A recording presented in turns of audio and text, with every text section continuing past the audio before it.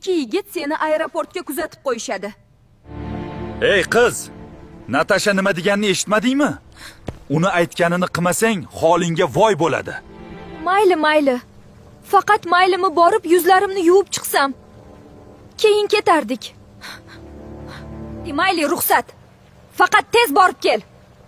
Hey, ikkilang qizni kuzatib boringlar.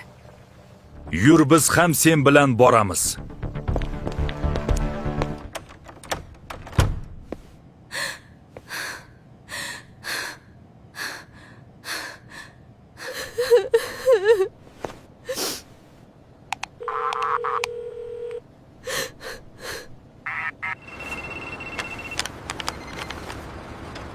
Alo, Lobar, yaxshimisan? Aziz aka, ahvol yomon.